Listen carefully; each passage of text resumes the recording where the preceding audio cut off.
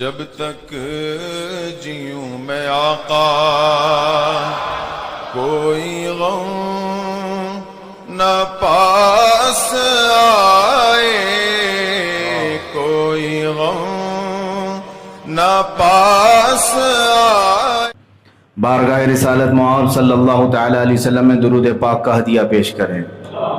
اللہم صلی علی سیدنا و مولانا محمد معدن الجود والکرم وآلہ واصحابہ الکرام وابنہ الکریم وبارک وسلم صلاۃ دائمۃ سرمدا ابدا۔ قرآن عظیم کے سورہ نور کی آخری آیات میں سے ہے جس کی میں نے آج تلاوت کی۔ اللہ عز و جل ارشاد فرماتا ہے چاہیے کہ لوگ میرے نبی کے حکم کی مخالفت کرنے سے بچیں، حضور کی نافرمانی نہ کریں، رسول پاک صلی اللہ علیہ وسلم کی اطاعت سے روگردانی نہ کریں۔ اللہ فرما رہا ہے ورنہ کیا ہوگا؟ رب تعالیٰ فرماتا ان تصیبہم فتنہ او یصیبہم عذاب علیم۔ اگر تم مسلسل رسول کی مخالفت میں لگے رہو گے تو ان قریب اللہ تعالیٰ تمہیں فتنے میں مبتلا کر دے گا یا دردناک عذاب میں گرفتار کرے گا۔ دو میں سے ایک چیز آ جائے گی، فتنوں میں مبتلا ہو جاؤ گے یا دردناک عذاب میں گرفتار ہو جاؤ گے۔ میرے عزیزوں، تقریباً یہ دونوں چیزیں آج ہمیں نظر آ رہی ہیں، اللہ کا عذاب بھی اور ہم آپسی فتنوں میں مبتلا بھی۔ اور فتنوں کا دور اس طرح سے، رسول پاک صلی اللہ تعالیٰ علیہ وسلم کی ایک حدیث ہے، میں دیکھ رہا ہوں، حضور فرماتے ہیں میں دیکھ رہا ہوں میری امت کو کہ آخر زمانے میں میری امت کے گھروں سے ایسے فتنے نکلیں گے جیسے بارش کے قطرات۔ اور پھر ایک حدیث میں یہ بیان فرماتے ہیں کہ اس طرح سے فتنے نمودار ہوں گے جیسے تسبیح کی ڈور ٹوٹ جائے تو اس کے دانے جس طرح زمین پر گر جاتے ہیں، بکھرتے ہیں۔ تم ایک کو پکڑنے جاؤ تو دوسرا سرک جاتا ہے، دوسرے کو پکڑنے جاؤ تو تیسرا سرک جاتا ہے۔ اللہ کے حبیب صلی اللہ علیہ وسلم فرماتے ہیں فتنوں کے دور میں ایسا ہی ہوگا، تم ایک فتنے کو سلجھانے کی کوشش کرتے رہو گے جب تک دو فتنے اور ابھر جائیں گے۔ آج میرے عزیزوں، مجھے سچ بتاؤ، کیا ہم فتنوں میں مبتلا نہیں ہو چکے؟ فتنہ کہتے کسے؟ فتنہ کیا ہے؟ بعض لوگ یہ سمجھتے ہیں کہ ہوا خراب کرنے کا نام فتنہ ہے، بلکہ فتنہ ہے جو عربک لفظ ہے آزمائش کو کہتے ہیں، امتحان کو کہتے ہیں۔ اسی لیے تو قرآن میں اللہ نے فرمایا انما اموالکم و اولادکم فتنہ، تمہارا مال اور تمہاری اولاد بھی فتنہ ہے۔ فتنہ کا مطلب کیا ہے؟ تمہارے لیے آزمائش ہے، دیا تو اللہ نے ہے تمہیں مال بھی اور اولاد بھی، اب یہ دیکھا جائے گا کہ ان کی محبت میں گرفتار ہو کے تم کہیں خدا کو تو نہیں چھوڑ دو گے۔ اور ہوتا ہے ایسی یہ مال اور اولاد کبھی کبھار ہمیں عبادت کے لیے خلل اندازی کر جاتے ہیں، اور ہم اپنی اولاد کی فکر میں اور اپنے مال کے جمع کرنے کی فکر میں خالق کو بھول جاتے ہیں۔ یہ تو فتنہ ہے، یہی تو بڑا فتنہ ہے۔ عزیزان گرامی وقار، آج جن فتنوں کا دور شروع ہے وہ اس قدر خطرناک ہے کہ جس کو بولنا میرے لیے بہت ضروری ہے۔ اللہ کے حبیب صلی اللہ تعالی علیہ وسلم کے فرامین کے مطابق جب آپ احادیث رسول پڑھیں گے تو قیامت کے قریب ہونے والے جو بڑے بڑے فتنوں کا ذکر میرے آقا نے فرمایا، اس کے نمودار ہونے اور ظاہر ہونے کے اوقات شروع ہو چکے ہیں۔ یہ کے بعد دیگرے ہمیں ختم کرنے کے لیے، ہمیں مار ڈالنے کے لیے منصوبے بنانا شروع ہو چکے، اور وہ حدیث بھی صادق آ گئی جو ابو داؤد شریف کی حدیث ہے۔ میرے آقا صلی اللہ علیہ وسلم فرماتے ہیں یوشک ان تداعى علیکم الامم کما تداعى الاکلۃ الی قصعتها۔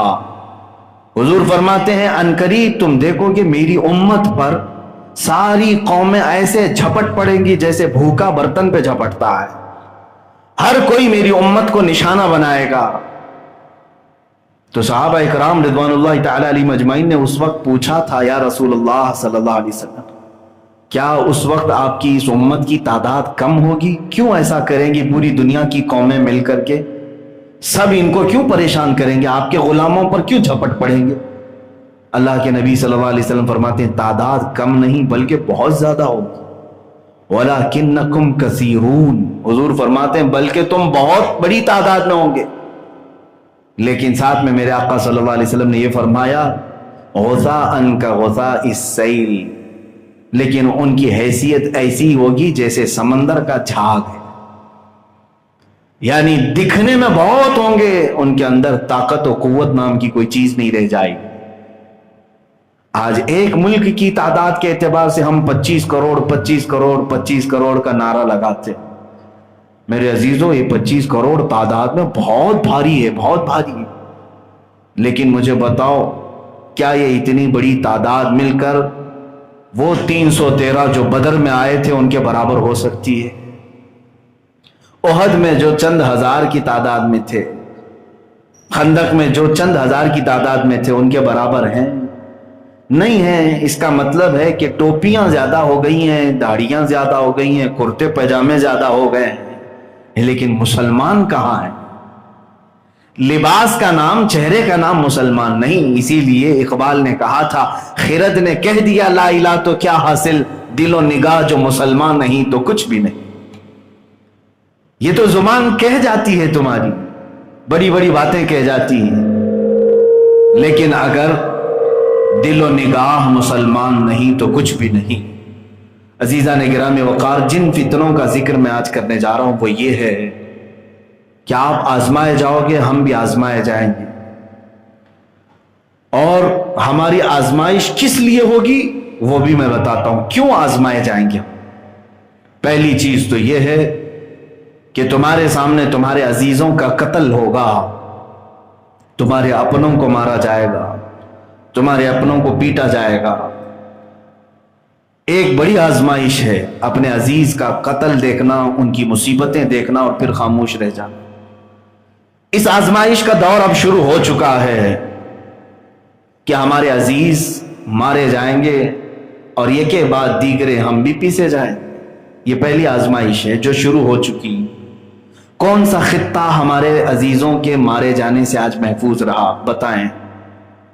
پوری دنیا کا آپ جائزہ لے کر کے دیکھیں، تقریباً ہر جگہ جو نشانے پر ہیں، جو ٹارگٹ پر ہیں، یہی غریب مسلمان ہیں جو میرے آقا کا نام لیتے ہیں. آج ہندوستان کی سرزمین پر سب سے بڑی تعداد میں کسی اسٹیٹ میں مسلمان جی رہے ہیں تو کشمیر میں، اور سب سے زیادہ خراب حالات کشمیر کے ہی بنائے گئے، جو پچھلے 1 سال سے وہ لاک ڈاؤن کی کیفیت میں مبتلا ہیں. انہیں تو بنیادی ضروریات تک نہیں دی جا رہی. بنیادی ضرورت کسے کہتے ہیں میرے عزیزو؟ آج دنیا اتنی ترقی پذیر ہے، ایک اسکول جانے والا چھوٹا بچہ بھی بغیر موبائل اور فون کے آج نہیں رہتا ہے. لیکن کشمیر کے حالات ایسے ہیں کہ ان کے لیے ٹیلی فون، موبائل سروس، انٹرنیٹ بہت محدود تعداد میں رکھی گئی. وہ ضروریات زمانہ جو ہیں اس کا بھی لابھ نہیں اٹھا سکتے. ان کا قصور کیا ہے؟ ان کا جرم کیا ہے؟ صرف ایک قانون ان کے سروں پہ تھوپنے کے لیے سال بھر تک ان کو بندی بنایا جا سکتا ہے. عزیزان گرامی وقار، ان مدوں پر اگر بات کی جائے تو یہ کہتے ہیں کہ بھڑکاؤ بھاشن ہو گیا. میرے عزیز مجھے بتاؤ، اپنوں کو اگر لوٹتے ہوئے دیکھ کر کے خاموش بیٹھنے کا نام سیکولرزم ہے تو میں اس کو منافقت کہتا ہوں. یہ منافقت ہے. تمہاری غیرت مر گئی تو خاموش بیٹھو، تمہارے اندر ذرا برابر بھی انسانیت باقی ہے تو تم چیخو گے، پھر آواز اٹھاؤ. آپ سوچتے ہوں گے کہ ہمارے جمعہ کے خطاب میں یہ کیا بات ہوتی. بالکل میرے عزیزو، یہ صرف جمعہ کا خطاب نہیں ہے، یہ رسول اللہ کا منبر ہے. میرے آقا صلی اللہ تعالی علیہ وسلم کا منبر جو ہر جمعہ میں ہر خطیب کو ملتا ہے. اسی لیے تو ہم کہتے ہیں منبر رسول سے بولا جا رہا ہے. رسول کریم صلی اللہ تعالی علیہ وسلم کی احادیث اگر ہم سناتے ہیں تو امت کا پورا حصہ ہمارے لیے مخاطب ہوتا ہے. یہ نہیں کہ اس مسجد میں بیٹھے ہوئے لوگ، بلکہ پوری امت کو خطاب ہے. جو رسول پوری کائنات کے لیے آئے ہیں ان کا میسج بھی پوری کائنات کے لیے ہوگا. آج اگر ظلم کے خلاف ہم آواز نہیں اٹھاتے اور نہیں بولتے تو میں سمجھتا ہوں یہ بزدلی کے آخری دور میں ہم آ چکے. میں جس بات کو عرض کر رہا تھا، آزمائش، فتنے کس طرح سے شروع ہوں گے. آپ دیکھیں عزیزوں کا قتل ہوگا، انہیں مارا جائے گا، حدیث پاک میں موجود ہے. یہاں تک کہ تمہیں آپس میں اس طرح مختلف کر دیا جائے گا کہ تم ایک دوسرے کی گردنیں مارنے کے لیے بےتاب رہو گے. یہ آپس کے متعلق بھی حدیث پاک میں آخر الزمان کی جو حدیثیں. میرے عزیزوں، اس وقت جو حالات ہیں اس میں یہ ہے کہ تمہاری مسجدیں اب محفوظ نہیں رہیں گی، تمہاری خانقاہیں ختم کر دی جائیں گی، تمہاری آئیڈینٹی چھین لی جائے. بس یہ ہے کہ تم ایک غلام کی حیثیت سے رہو. جس طرح سے پچھلے زمانوں میں کم ذات کے لوگ اور چھوٹی برادریوں کے لوگوں سے غلامی کرائی جاتی تھی، وہی خواب تمہارے متعلق بھی دیکھے جا رہے ہیں. تمہارا اس زمین پر رہنا دشوار کر دیا جائے گا. آپ سوچ رہے ہوں گے میرے عزیزوں کہ یہ باتیں کہاں سے اور کیوں کی جا رہی. میرے پاس بہت سارے نان مسلم سپیکرز جو خطاب کرتے ہیں اپنی قوم کو بند کمروں میں یا بند ہالوں میں، ان کے بیانات موجود ہیں، انٹرنیٹ پر پڑے ہوئے ہیں. آج پوری شدت کے ساتھ وہ کیمپیننگ کر رہے ہیں پورے ہندوستان میں، اور ہندوؤں کو اس بات پر آمادہ کر رہے ہیں، بھڑکا رہے ہیں کہ تم 800 سال غلام بنا کر کے رکھے گئے ہندوستان میں مسلمانوں کے، لہٰذا اب بدلہ لینے کا وقت ہے. تم خاموش مت بیٹھنا، مسلمانوں کو ان کے وطن واپس بھیج دو. یہ افغان سے آئے تھے، پاکستان سے آئے تھے، عرب سے آئے. یہ باتیں کون کر رہا ہے؟ کون زہر پھیلا رہا ہے؟ بڑے بڑے اسپیکر ہیں اور باضابطہ ان کے تقریریں، ان کے بھاشن یوٹیوب پہ، انٹرنیٹ پر موجود ہیں. ہزاروں لاکھوں لوگ سن رہے ہیں، اور یہ زہر پیدا کر کے ہندوؤں کو ابھارنا اور مسلمانوں کو مارنے کے لیے، ان کو واپس بھجوانے کے لیے. آج دیکھیں پچھلے 10 سالوں میں اتنا زہر بھر چکا ہے معاشرے کے اندر کہ جو اچھے دوست ہوا کرتے تھے ہندو، اب وہ بھی ہاتھ ملانے سے کترانے لگ گئے، وہ بھی ہمارے ساتھ بات کرنے سے کترانے لگ گئے. اس لیے کہ زہر بہت تیزی سے پھیلایا جا رہا ہے، بہت تیزی سے پھیلایا جا رہا ہے. ابھی 2 دن قبل میں نے ایک ویڈیو یہ بھی دیکھا. بہرحال وہ لوگ ہمارے لیے دلیل نہیں ہیں، لیکن میں بات ہی کہتا ہوں. کسی سنگٹن کا صدر ہے اور وہ اپنے پیروکاروں سے کہتا ہے کہ ہر گھر میں ہتھیار ہونا چاہیے اور اس کو صرف اور صرف مسلمانوں کے لیے اختیار کرنا چاہیے. میرے عزیزوں، کیا یہ بھڑکاؤ بھاشنیں نہیں ہیں؟ اپنی قوم کو ابھارنا کسی قوم کی دشمنی پر. میں نے کبھی آج تک اعلان نہیں کیا کہ آپ سب نان مسلم کو لے کر کے شدت اختیار کرو، کبھی نہیں ہم کہتے. اسلام اس بات کا حکم نہیں دیتا، بلکہ ذمی کافر، اس کے متعلق اگر آپ حدیثیں پڑھیں گے، میرے آقا صلی اللہ علیہ وسلم فرماتے ہیں اگر کوئی ذمی کافر کو ناحق مارے تو گویا کہ اس نے میرے ساتھ برا سلوک کیا. یہ اللہ کے نبی صلی اللہ علیہ وسلم نے فرمایا. ہمارے ہاں تو اس طرح کے احکام نہیں دیے گئے، لیکن آج جس طرح کا زہر پیدا کیا گیا ہے، اسی زہر کا نتیجہ ہے کہ مسجد شہید بھی ہو گئی اور مندر تعمیر بھی ہو گئی، اور اس کے بعد دوسری مسجدوں پر خونخوار نظریں لگانا شروع بھی ہو گیا. ان تمام باتوں کو کبھی میڈیا یہ نہیں کہتا کہ یہ کٹر واد ہیں، مذہب پرست ہیں. لیکن اگر ہم دین خدا کے متعلق، ناموس رسالت کے متعلق بولیں تو ساری میڈیا اچھل کود کرتی ہے کہ یہ کٹر واد ہیں، کٹر واد ہیں. میں ایک حیرت کی بات آپ کو بتا دوں، جو انٹیلیجنس بیورو ہماری ہے انڈیا کی، ان کی ویب سائٹ پر مجھے ابھی پرسوں ہے ایک انجینئر نے خبر دی. اس ویب سائٹ پر انہوں نے جو پورے انڈیا کی تنظیمیں جو آتنکواد کرتی ہیں، دہشت گردی کرتی ہیں، ٹیررسٹ ہیں، ان کا ایک سروے لیا اور وہ پوری لسٹ ان کی ویب سائٹ پر موجود ہے.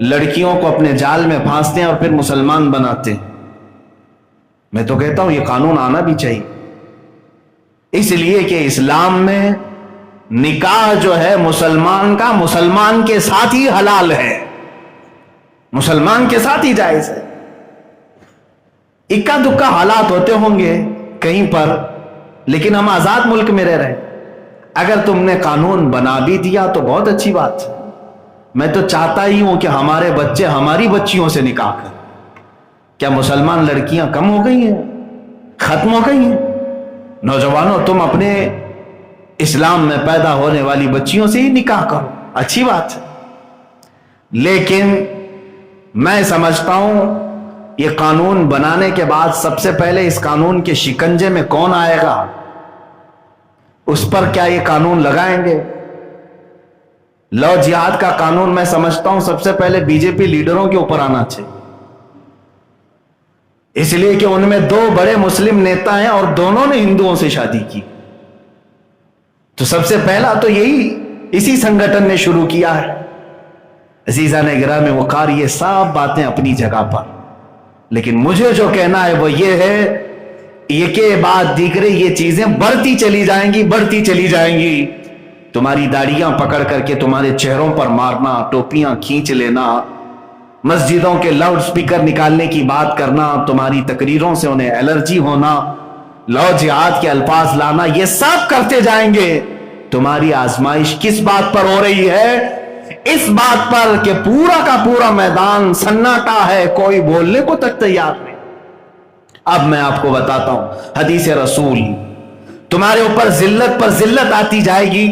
اللہ کے نبی صلی اللہ علیہ وسلم نے فرمایا، ابو داؤد شریف کی حدیث ہے، حضرت عبداللہ ابن عمر رضی اللہ تعالیٰ عنہما اس کے راوی ہیں، فرماتے ہیں اذا تبایعتم العینۃ واخذتم الزرع واخذتم اذناب البقر ورضیتم بالزرع وترکتم الجہاد سلط اللہ علیکم ذلا لا ينزعه حتى ترجعوا الى دینکم او کما قال رسول اللہ صلی اللہ علیہ وسلم. میرے آقا فرماتے ہیں جب تم سود کے کاروبار میں لگ جاؤ اور کھیتی باڑی میں لگ جاؤ اور جہاد کو ترک کر دو گے، یہ لفظ ان کے لیے بڑا بم ثابت ہوتا ہے.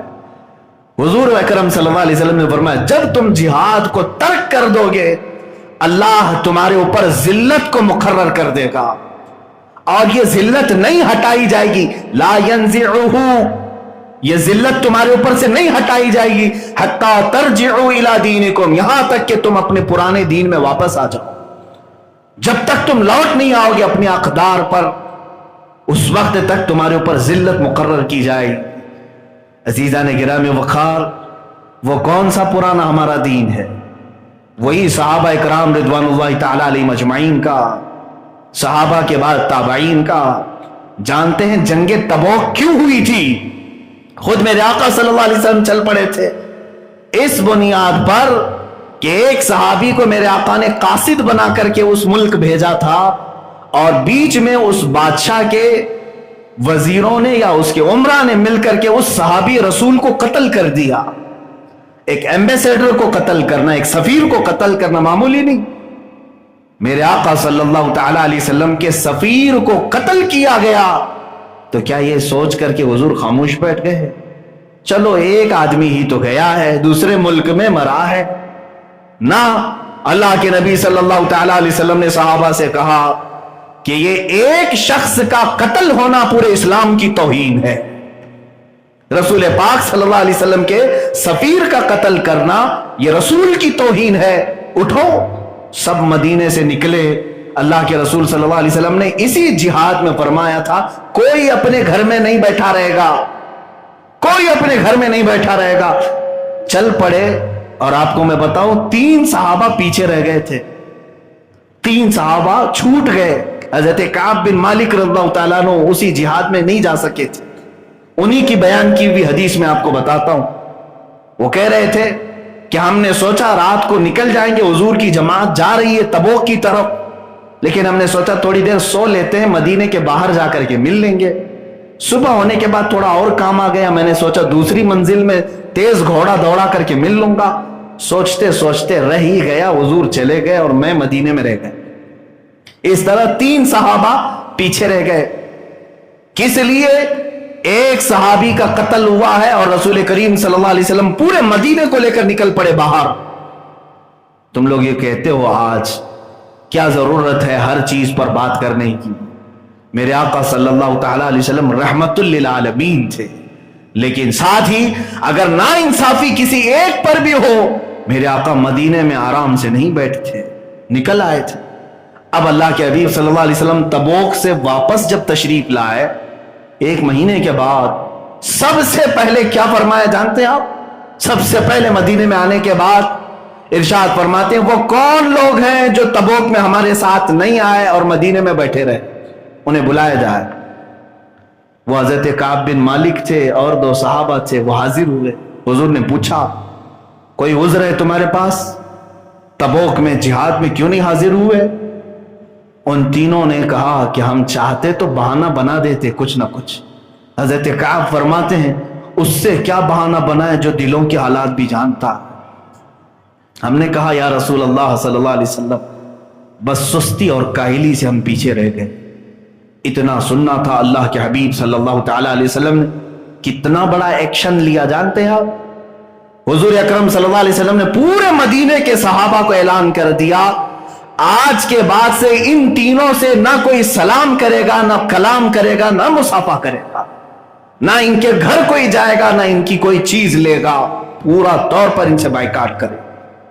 اور صحابہ حضور کی بات پر ایسا عمل کرتے تھے، دنیا ادھر سے ادھر ہو جائے چھپ کر کے بھی کوئی ملنے کو تیار نہیں۔ حضرت کعب کہتے ہیں میری بیوی مجھ سے بات نہیں کر رہی تھی، اس لیے کہ اللہ کے نبی نے منع کر دیا، گھر والے دیکھنے کو تیار نہیں۔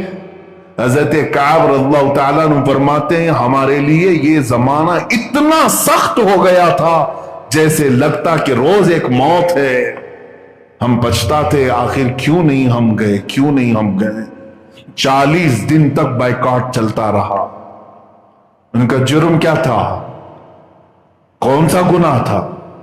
میرے عزیزوں، صحابہ کرام رضوان اللہ تعالی علیہم اجمعین کو میں گناہ اور جرم سے تعبیر نہیں کروں گا، لیکن ایک بات صحابہ کی حضور کو اس قدر ناپسند ہوئی کہ جب کبھی اسلام اور سفیر اسلام پر حملہ ہو تو گھر میں بیٹھنے کا حق ہی نہیں، اور جو بیٹھا رہا صحابی بھی کیوں نہ ہو اس کا بائیکاٹ حضور نے کر دیا۔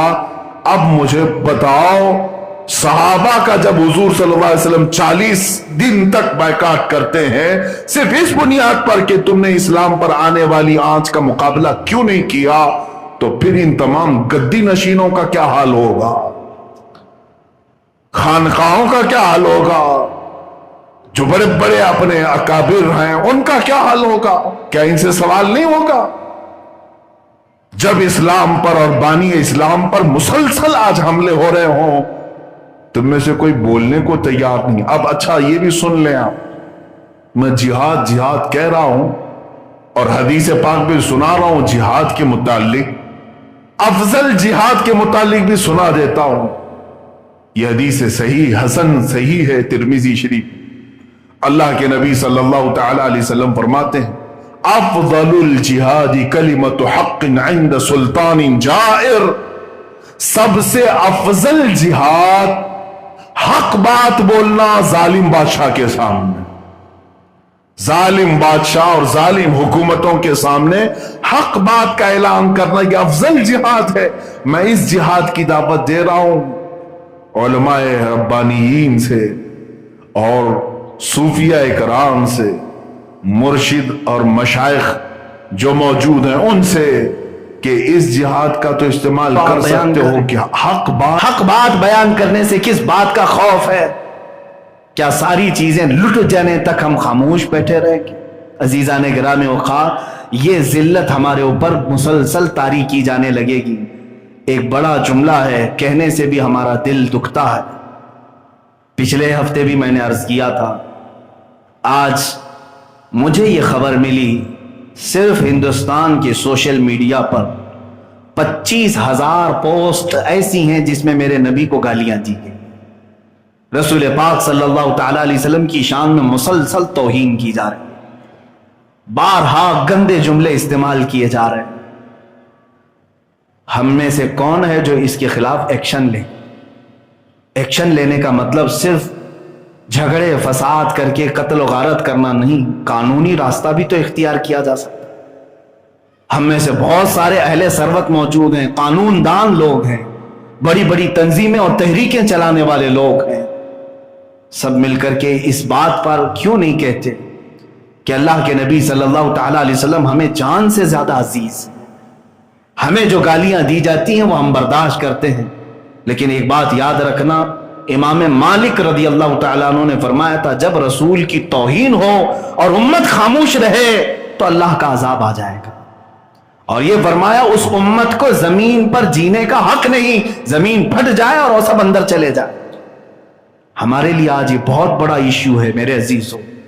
انٹرنیٹ پر 24 گھنٹے گزارنے والوں کو آج یہ تک خبر نہیں کہ تمہارے متعلق کیا کیا کہا جا رہا ہے۔ ہمارے بچوں کو اور ہمارے نوجوانوں کو گیم کھیلنے سے فرصت ملے تو ان معاملات میں کبھی کچھ کریں گے؟ چیٹنگ سے فرصت ملے، سوشل میڈیا، فیس بک، واٹس ایپ، انسٹا، یہ سب چلانے سے فرصت ملے تو پتہ تو چلے کہ میرے نبی کی عظمت پر کہاں کہاں ڈاکے ڈالے جا رہے ہیں۔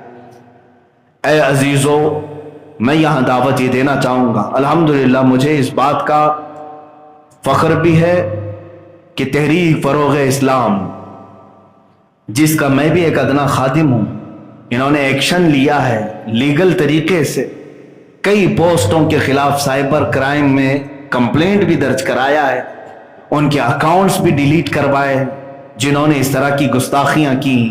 میں سب سے یہی گزارش کروں گا، آج کے اس خطاب میں میں پھر اپنی اس بات کو دہراتا ہوں، آپ میری بات سے اگر اتفاق کر رکھتے ہیں تو مجھے بتا دیں پلیز۔